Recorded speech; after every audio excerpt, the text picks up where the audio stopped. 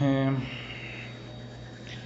Recuerden apagar el micro si quieren Creo que están apagados, no escucho nada, está bien. Ahí si tienen un comentario o algo me interrumpen y lo prenden. ¿Ok? Romanos 5 del 6 al 8. Vamos a leer primero este parrafito, no sin antes recordarles que es la palabra de Dios esto, y lo debemos de tomar como tal. A veces estamos muy acostumbrados a leer la Biblia, pero a veces pues no tenemos así presente que en realidad esto es palabra de Dios. Dice Romanos 5:6: porque mientras aún éramos débiles, a su tiempo Cristo murió por los impíos. Porque difícilmente habrá alguien que muera por un justo, aunque tal vez alguno se atreva a morir por el bueno. Pero Dios demuestra su amor para con nosotros, en que siendo aún pecadores, Cristo murió por nosotros. La semana pasada vimos unos versos importantes, específicamente el verso 1 y 2. Les decía que Pablo está concluyendo una idea que pues viene arrastrando desde el capítulo 1. Y les recuerdo el verso 1 porque es muy importante. Dice: por tanto, habiendo sido justificados por la fe, tenemos paz para con Dios. Les digo que ese es un versículo muy importante, de hecho en toda la Biblia. Les invito a que se lo memoricen, a que lo mediten mucho, Romanos 5:1. Y de ahí vimos que lo que vimos de verso 2, por medio de quien también hemos obtenido entrada por la fe a esta gracia y nos gloriamos en la esperanza de Dios. Y después vimos que no nada más nos gloriamos en la esperanza, sino también en tribulaciones, que produce paciencia, carácter probado y esperanza. Y que esa esperanza, les recordé mucho, que no desilusiona. Dios no desilusiona a todo aquel que pone su confianza en Él. Si se fijan, el verso 6 inicia con un porqué. Si inicia con un porqué, sigue explicando la idea que acaba de decir. Y dice: porque mientras aún éramos débiles, a su tiempo, Cristo murió por los impíos. Ahí si se les hace interesante la palabra impío, simplemente usen de sinónimo pecador. Si alguien tiene una Biblia a lo mejor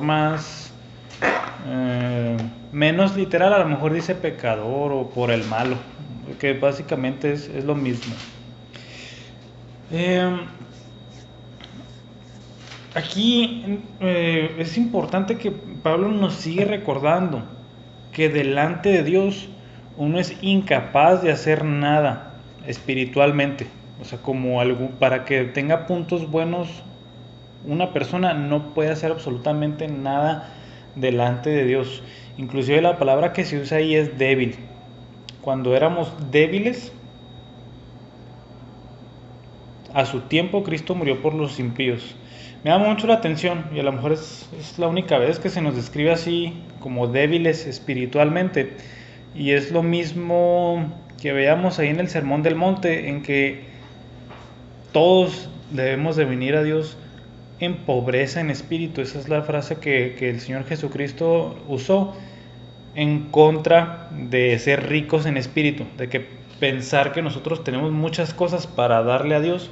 Jesucristo dijo que necesitamos venir a Dios pobres en espíritu. Acuérdense, esa es la primera bienaventuranza. Y aquí se nos describe como débiles, que es la misma idea, en que nosotros, por nuestras propias fuerzas, hablando de fuerza, somos débiles espiritualmente delante de Dios y no tenemos absolutamente nada que ofrecerle. O sea, mis pecados están en una lista gigantesca, la ley me está condenando, Dios está en su trono como santo. ¿Qué puedo hacer yo para librarme de esa situación? Pablo dice una y otra vez: nada. Uno no puede hacer nada, y acuérdense que ese es el primer, digamos, paso para poder venir a Dios, reconocer que uno no tiene nada y que necesita de Él. De hecho, es la siguiente frase: mientras éramos débiles, dice ahí Romanos 5:6, a su tiempo Cristo murió por los impíos. Si yo les digo la frase Cristo murió por los impíos o Cristo murió por los pecadores, ustedes van a decir que sí, o sea, me van a estar haciendo, o sea, esta señal. Pero es una frase bien, bien profunda, es una frase bien importante y lo que quiero ahorita es que la mastiquemos, porque como cristianos, como gente que a lo mejor ya ha escuchado el mensaje de Cristo, eh, Cristo murió por los pecadores, es una frase ya de memoria que muchas veces ya no nos sabe a nada, pero quiero que la mastiquemos porque de verdad es muy, muy, muy importante. O sea, ¿por qué es tan importante entender que Cristo murió por los impíos? Se nos acaba de decir que éramos débiles, y no nada más débiles espiritualmente, sino pobres espiritualmente. Espiritualmente nosotros no tenemos absolutamente nada que darle a Dios. Somos pecadores, nuestras acciones, nuestros pensamientos, cómo tratamos al prójimo, cómo nos hacemos ídolos en lugar de darle gloria a Dios. Siempre le damos gloria a una persona, le damos gloria a cualquier otro Dios, como dice mucha la Biblia, hasta inclusive a cosas materiales, a cosas hechas de madera y de piedra. Y nunca, nunca, nunca le damos la gloria al Dios verdadero. Entonces todo eso me pone en una posición muy, muy dura. Y del otro lado está Dios. Dios es santo. Acuérdense que uno de los atributos que más se repiten en la Biblia es que Dios es santo, santo, santo. Ese es el atributo que más se caracteriza de Dios. Él es santo. O sea, Él es el creador de todas las cosas, no nada más de mí, ni de ustedes nada más, sino de todo Delicias, todo México, toda la Tierra, el sistema solar, millones de lunas. Él es el que ha hecho todo eso. Entonces, o sea, está ese Dios santo, justo, bello, perfecto en todo lo que hace, bondadoso, fiel. Ahí está ese Dios de un lado y yo estoy pecador, haciendo todo lo que no le gusta y con gusto. Acuérdense, todas las cosas que hacemos como pecadores las hacemos con gusto. Entonces la pregunta es, ¿quién va a hacer algo ahí? O sea, ¿quién va a ponerse en medio? O sea, si yo no puedo hacer nada y Dios es tan puro, tan santo, ¿qué? O sea, ¿nosotros qué? ¿Cómo vamos a poder, ahorita vamos a ver esa palabra, reconciliarnos con ese Dios? O sea, ¿cómo? Y les he dicho, es de las preguntas que Pablo hace ahí en Romanos 3, ya la vimos. O sea, ¿cómo uno va a poder presentarse delante de Dios? ¿De qué manera y cómo? Y aquí se nos está dando la respuesta. A su tiempo, Cristo murió por los impíos. Es una frase muy profunda y de hecho Pablo lo único que hace es explicar esa frase. Pero quiero que nos pongamos así en sintonía, ¿verdad? Con lo que la Biblia nos enseña. Nosotros somos débiles, Dios es santísimo. O sea, ¿qué va a pasar con nosotros? Dice, a su tiempo Cristo murió por nosotros, los pecadores, los impíos, nosotros que vivimos una vida sin Dios. Y Pablo hace una pregunta bien interesante. Verso 7. Se acaba de decir, Cristo murió por los impíos, por los pecadores, por los malos. Dice el verso 7. Difícilmente, dice Pablo, habrá alguien que muera por un justo, aunque tal vez alguno se atreva a morir por el bueno. O sea, nos está poniendo así como una perspectiva que podamos entender qué significa la frase Cristo murió por los impíos. De aquí dice, o sea, ¿quién de nosotros, de los que estamos ahorita aquí en la videollamada, quién daría su vida por una persona muy mentirosa? ¿Quién de nosotros daría su vida por una persona avara? ¿Quién de nosotros daría su vida por el engañador, por el adicto, por el ladrón, por el infiel? ¿Quién daría su vida por una persona así?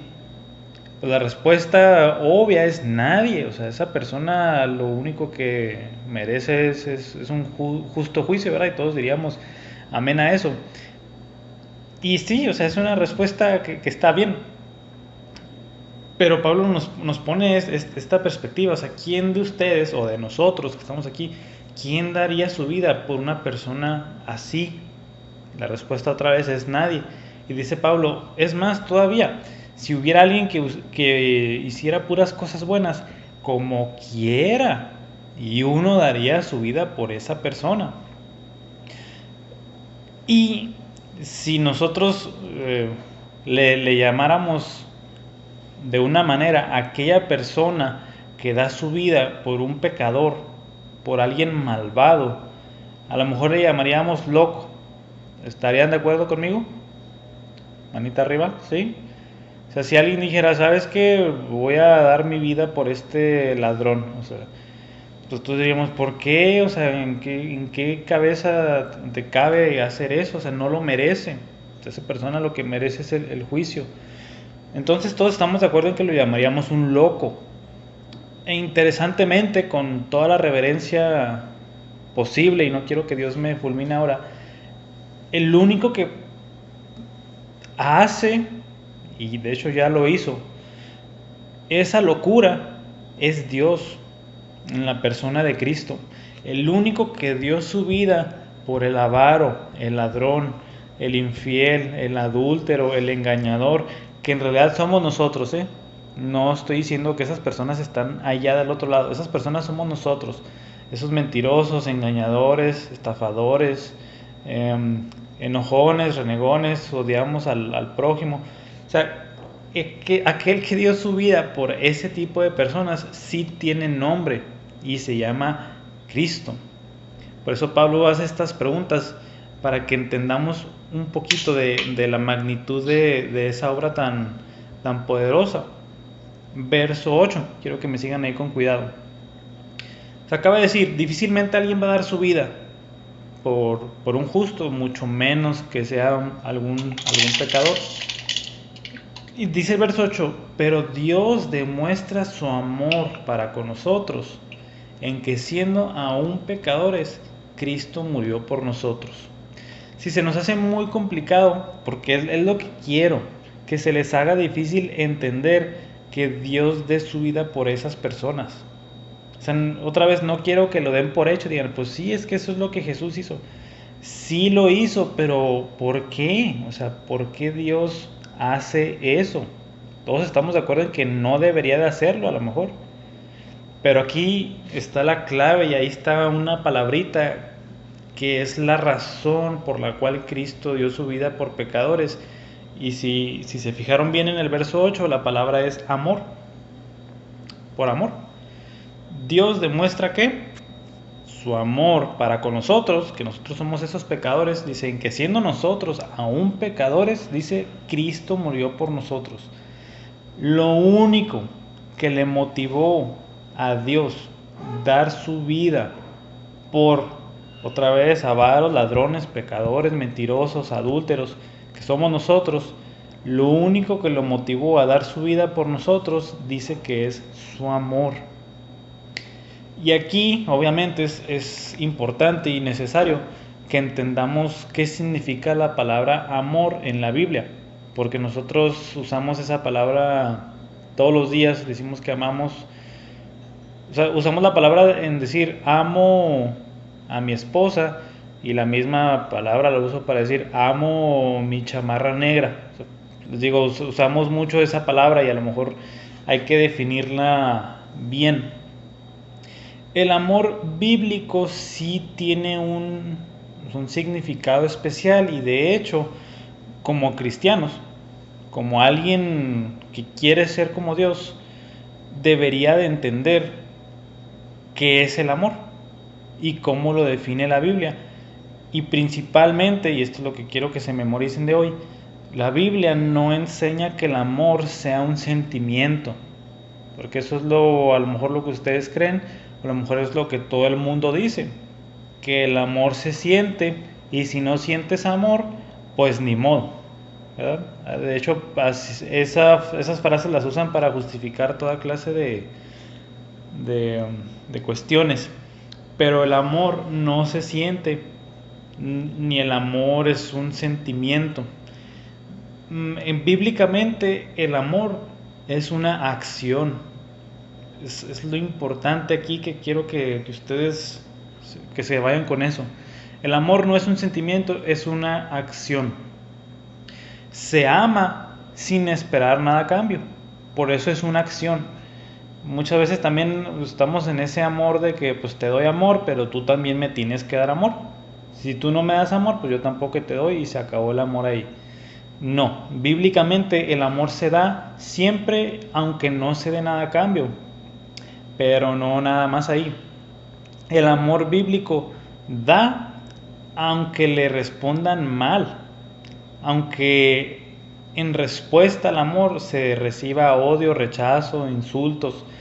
Ese es el amor bíblico. Ese es el amor que de verdad Dios ha demostrado en Cristo y el amor que uno, ya que lo entiende, esa magnitud de amor, esa es la magnitud de amor que nosotros empezamos a vivir. Otra vez, nosotros como mentirosos, avaros, infieles, adúlteros, todas esas acciones y pensamientos le estamos diciendo a Dios que no lo creemos, que yo quiero hacer lo que yo quiero y que no quiero absolutamente nada de Dios. Aún así, Cristo viene a morir por esas personas que lo están rechazando. Por eso les digo que Cristo es el mayor ejemplo de amor. Ahí si se acuerdan en Juan 13, dice Jesús, un mandamiento nuevo les doy, que se amen los unos a los otros, y dice cómo, como yo los he amado. Como yo los he amado, así ámense los unos a los otros. ¿Y cómo amó Cristo? Hasta el final.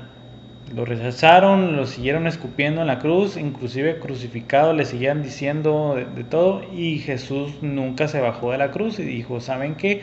Pues es que no quieren, ya me voy de aquí. No, Él persistió hasta el final y dio su vida por esas personas que lo rechazaban. Dio su vida por nosotros, que básicamente antes de conocerle lo rechazamos de todas las maneras posibles. Así que, o sea, el amor es así.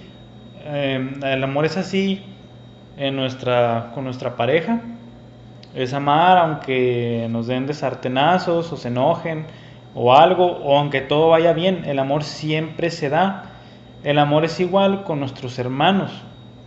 Ahí cuando hay pleitos o algo, se ama aunque haya pleitos.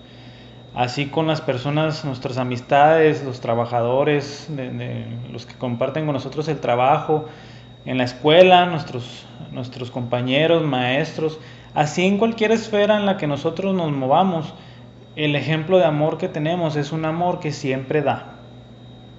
Y lo difícil es que muy seguido no va a ser recíproco, no muy seguido va a ser sí, recíproco, remunerado, no siempre me van a amar de la misma manera, y Dios no nos ha enseñado a tirar la toalla ahí y decir, ¿saben qué? No, pues si no quisiste, pues ya no. No.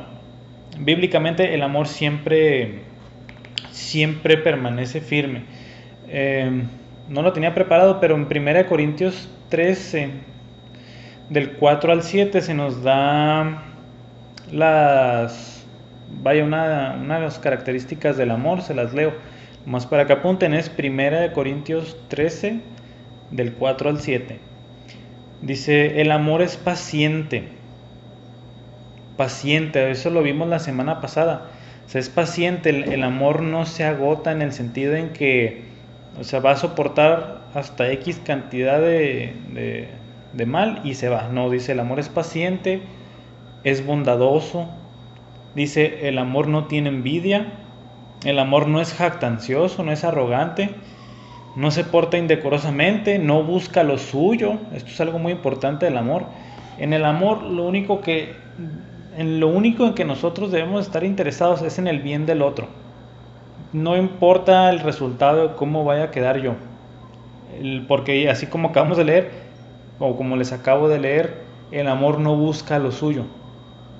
Dice, no se irrita, no toma en cuenta el mal.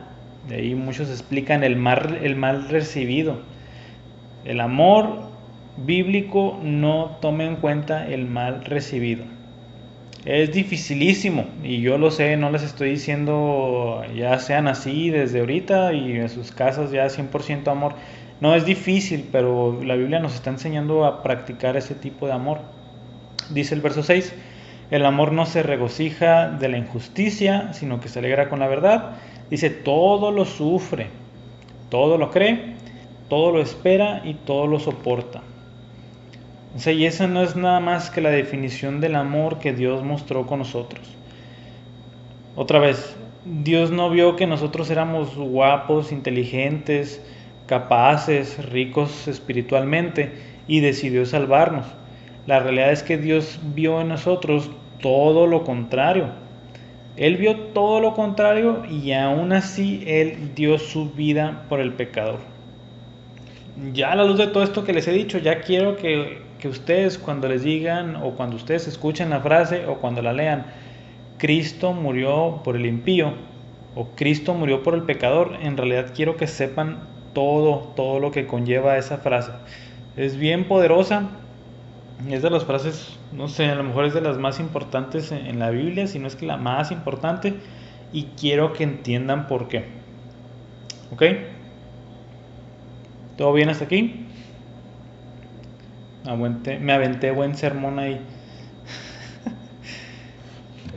Versos 9 al 11. Versos 9 al 11 de Romanos capítulo 5. Ahí seguimos leyendo. Dice, es la misma idea. Entonces, mucho más, habiendo sido ahora justificados por su sangre, seremos salvos de la ira de Dios por medio de él. Porque si cuando éramos enemigos fuimos reconciliados con Dios por la muerte de su Hijo, mucho más, habiendo sido reconciliados, seremos salvos por su vida. Y no solo esto, sino que también nos gloriamos en Dios por medio de nuestro Señor Jesucristo, por quien ahora hemos recibido la reconciliación. Aquí Pablo está haciendo un argumento, es un argumento muy padre, ahorita quiero que lo puedan entender junto conmigo. Dice Pablo, lo que vimos ahorita, Cristo murió por el pecador. O sea, Cristo hizo algo impresionante por aquella gente que lo rechazaba. Entonces, ¿estamos de acuerdo ahí? Es lo que acabamos de leer y es lo que sigue explicando aquí.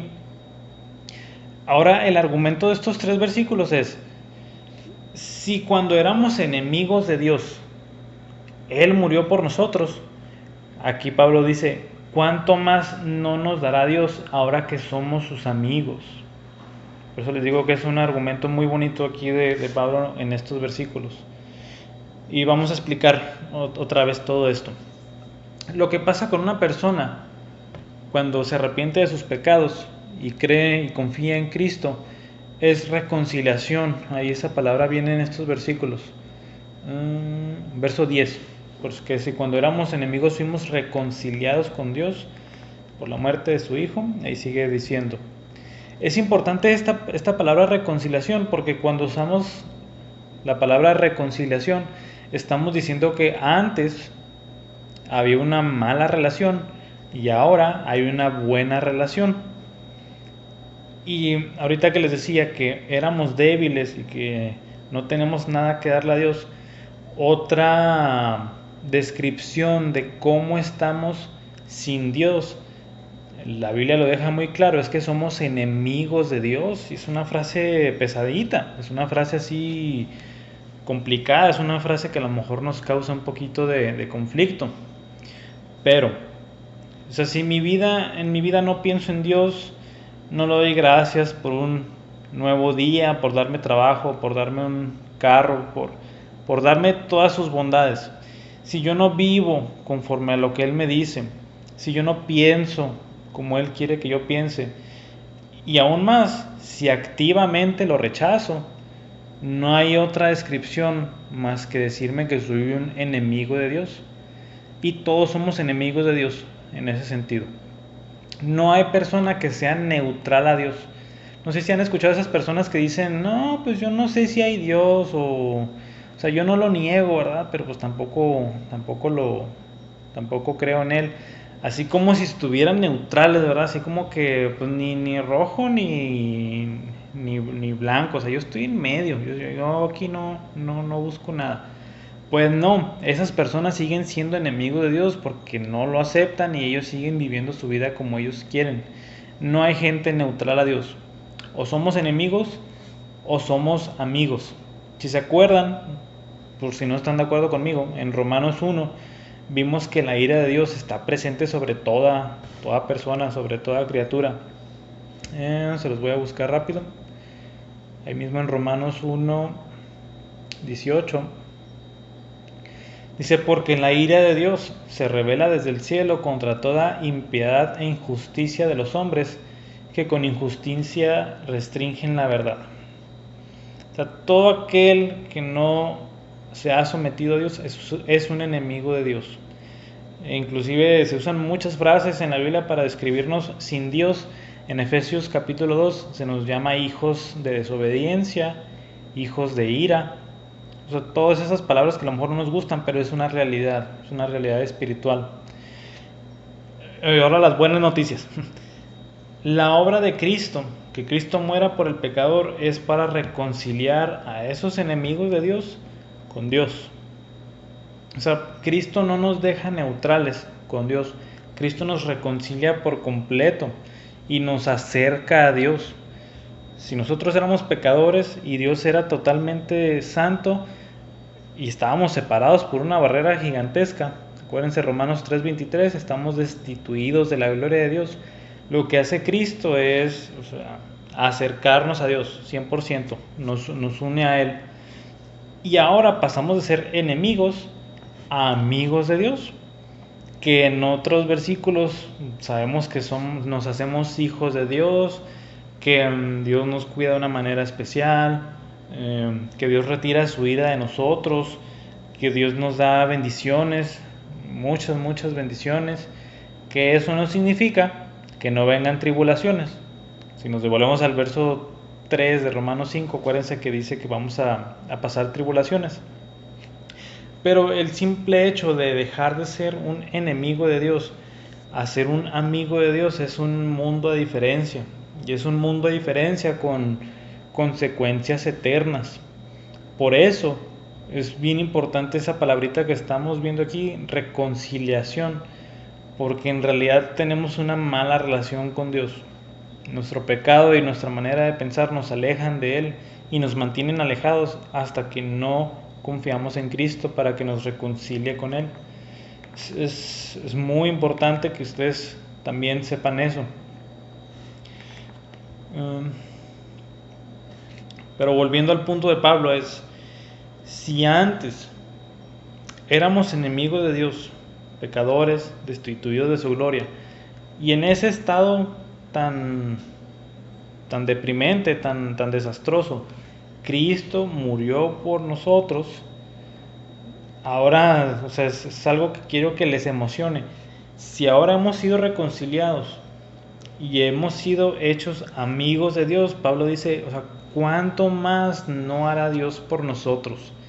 No sé, son unos versículos que de verdad como que dan emoción o nos despiertan cierta inquietud, pero de la buena. En que, si yo siendo un pecador, Cristo dio su vida por mí, ahora que soy amigo de Él, ¿qué más no va a hacer por mí? Es algo padre, es algo muy... Les digo, les debería de emocionar. Se les emociona la parte en que siendo pecadores, Cristo muere por ustedes, como pecadores. Ahora que ustedes han sido reconciliados con Dios, ¿cuánto más no va a ser esa bendición? En palabras de este pasaje dice, mucho más habiendo sido reconciliados, seremos salvos por su vida. De hecho, esa es la frasecita importante en estos 3 versículos, mucho más. Si creen que el sacrificio de Cristo fue algo extraordinario, sí lo es, pero no se acaba todo ahí. Siendo reconciliados con Dios, dice mucho más. Es una frase bien padre, mucho más bendición hay, mucho más. El cristianismo no es reconcíliate con Dios y punto. No, el cristianismo es reconcíliate con Dios y ya unido a Él, mucho más. Esa es una frase bien padre. Mucho más seremos salvos por su vida. tan mucho más es que ahí en el verso 11 dice, sino que también nos gloriamos en Dios por medio de nuestro Señor Jesucristo, por quien ahora hemos recibido la reconciliación. Ahí está otra vez el tema de gloriarse. Les recuerdo, capítulo 1, 2 y 3 vimos que gloriarse era algo malo, o la gloria, porque dice que habíamos cambiado la gloria de Dios por la mentira. Y después vimos que estamos destituidos de la gloria de Dios, pero ahora que se nos ha presentado el Evangelio por la fe en Cristo y que somos reconciliados, dice, ahora nos gloriamos en Dios, ahora nos gloriamos en las tribulaciones, ahora nos gloriamos en Cristo. O sea, todo cambia, es 100% lo contrario. Si antes estamos destituidos de la gloria de Dios, ahora nos gloriamos en Dios. Por eso les digo que las bendiciones que vienen para aquellos que han sido reconciliados son enormes. Obviamente el tema no es ese, pero cuando veíamos las bienaventuranzas en el Sermón del Monte, vimos que el ser bienaventurado es ser bendecido por Dios directamente. Y por ahí vimos que no hay mayor cosa que una persona necesite que es más que sea bendecido por Dios directamente. O sea, si antes la ira de Dios estaba sobre mí por mi pecado, aparte de que es quitada, ahora tengo toda la bendición de Dios en mi andar. Eso es algo extraordinario. Por eso, pues en la vida cristiana se hace énfasis en muchas cosas, pero siempre en que uno tiene a Dios de su lado. Porque antes no, o sea, es algo que quiero que entiendan. Antes no, ahora sí. Un enemigo de Dios no tiene a Dios de su lado más que su ira sobre él. Y alguien que ha sido reconciliado tiene a Dios de su lado con toda la bendición, con todas las puertas abiertas en ese sentido de Dios para bendecir su vida, bendecir su familia, bendecir en su trabajo, bendecir su ciudad, bendecir a esa persona conforme ande con su voluntad. Por eso es extraordinario. O sea, por eso quiero que capten esta idea de Pablo. Si siendo enemigos Cristo hizo algo impresionante, ¿cuánto más no va a ser ahora que hemos sido reconciliados? O sea, ese es básicamente el argumento de estos últimos 3 versículos, y lo que quiero es que les cause emoción, confianza en Dios, confiados en que ahora que han sido reconciliados, Dios realmente les ama y les bendice. Obviamente está la condición de si andamos en sus mandamientos, todas esas bendiciones vienen, no sé, no sé si ya vimos esa palabra o la vamos a ver, como tengo algunas clases avanzadas, no me acuerdo, pero por ahí se habla de que la gracia de Dios sobreabunda.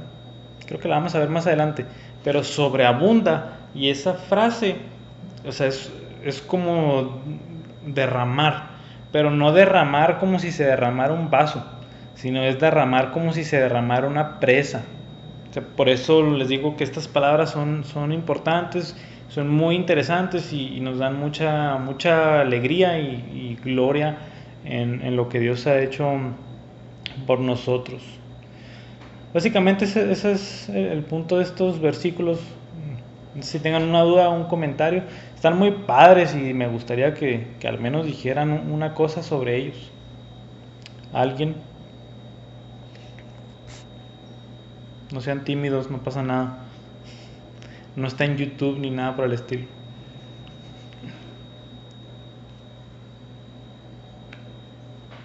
¿Nadie?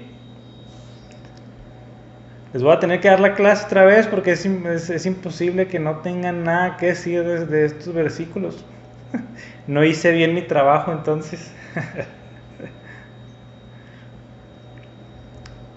Todavía sigo dando oportunidad, ¿eh? Es que siempre hablo yo. ¿Qué tiene? Los demás se lo pierden. Ay, ay. No, que hable alguien más.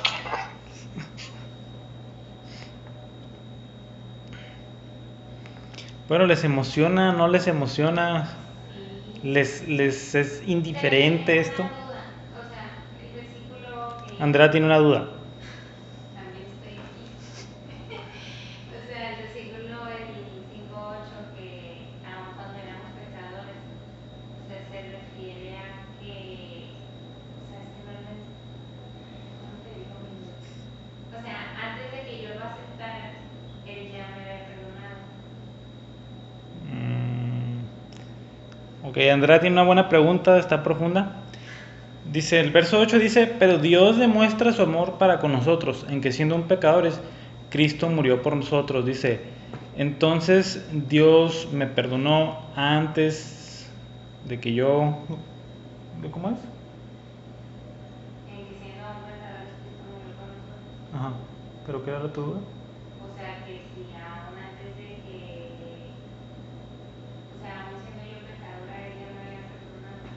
Dice Andrea, cuando yo era una pecadora, ¿ya me había perdonado? Es una pregunta interesante porque podríamos decir que sí, pero no. Dice, Dios demuestra su amor para con nosotros en que siendo aún pecadores, Cristo murió por nosotros. No está diciendo perdonados tal cual, sino que Cristo muere en lugar del pecador. Acuérdense que para que una persona sea perdonada, tiene que hacer algo. O sea, el sacrificio de Cristo no se hizo, ¿cómo les digo? Como válido para todas las personas instantáneamente sin que las personas hicieran nada. El llamado del Evangelio es arrepiéntete y confía en el Salvador. El Salvador es poderoso para salvar.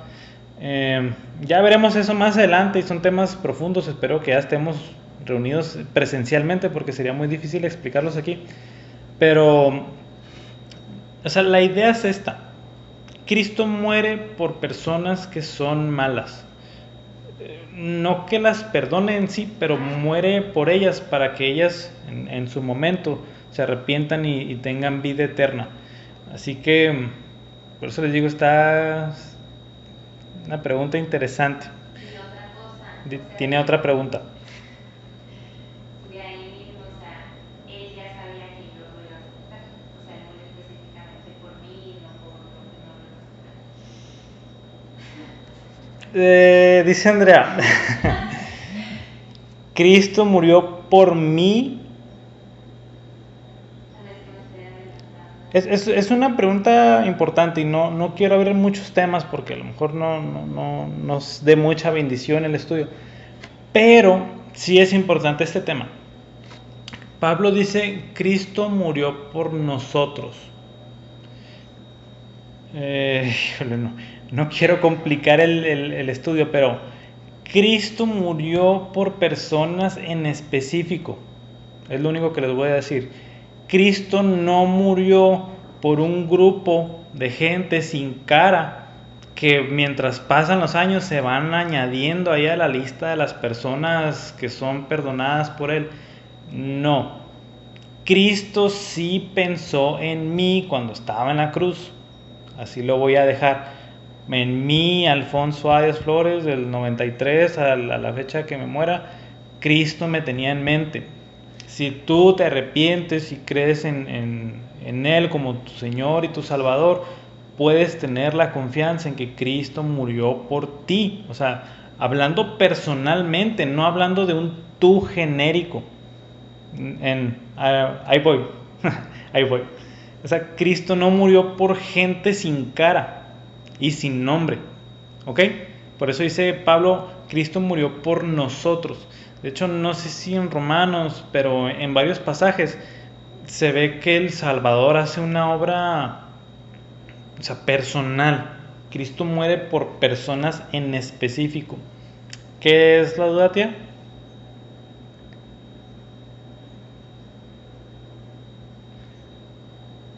No, todavía no se oye.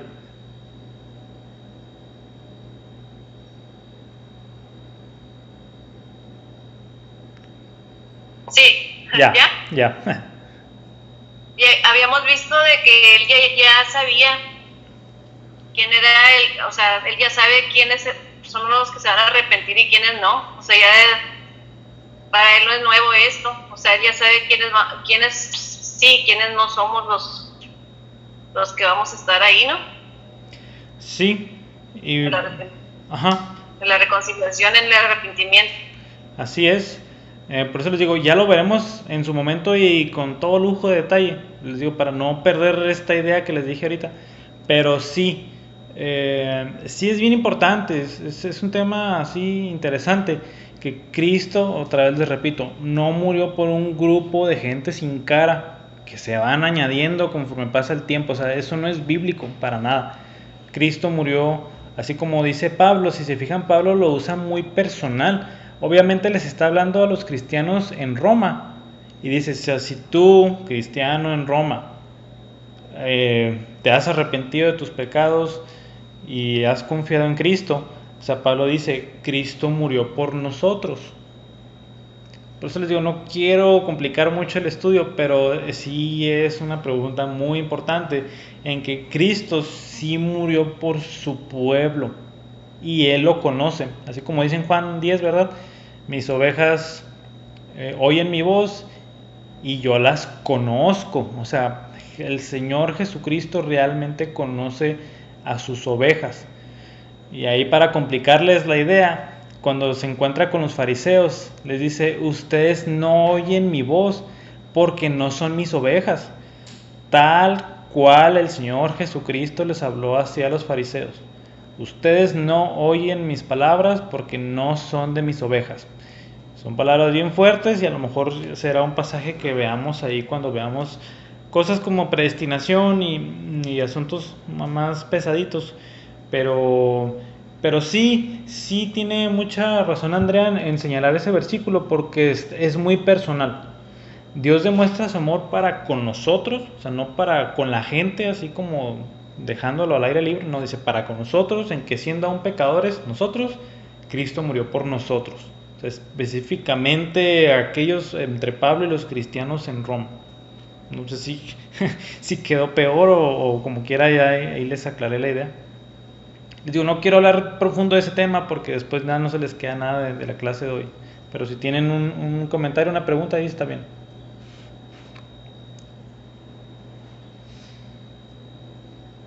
¿No?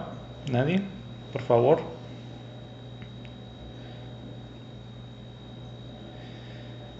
Si no, déjenme les hago un resumen pequeño de estos versículos, porque quiero que sí los tengan ahí en mente, porque son de los versículos que mucha gente suele memorizarse y es excelente eso, pero más quiero que los entiendan, más quiero que ustedes sepan de qué están hablando. Del 6 al 8 dice Pablo, siendo nosotros una bola de pecadores, una bola de personas que no buscan a Dios, que lo rechazamos, que hacemos todo lo que Dios no quiere, Él hizo una obra extraordinaria y dio su vida por nosotros. Siguiente párrafo dice, y no nada más eso, las palabras mágicas es mucho más ahora que Dios nos ha reconciliado. O sea, mucho más ahora seremos salvos por su vida. O sea, mucho más ahora que somos sus amigos, Él nos va a bendecir. Por eso les digo, si la obra se les hace extraordinaria de que Cristo muera por los impíos, es interesante que Pablo apunta más lejos todavía. No se queda ahí, sino que apunta más lejos. Dice, mucho más ahora, habiendo sido reconciliados, seremos salvos por su vida. O sea, él sigue apuntando hacia adelante hasta donde se acabe todo. ¿Ok? ¿Sí? ¿Todos bien? Ok, pues es todo, chicos. Ya se dieron las 9. No sé. Espero que les sea de bendición. Si tienen dudas, apúntenlas, me las mandan de todos los temas que hemos visto hasta ahorita, sí, en línea, porque yo sé que no es para nada igual.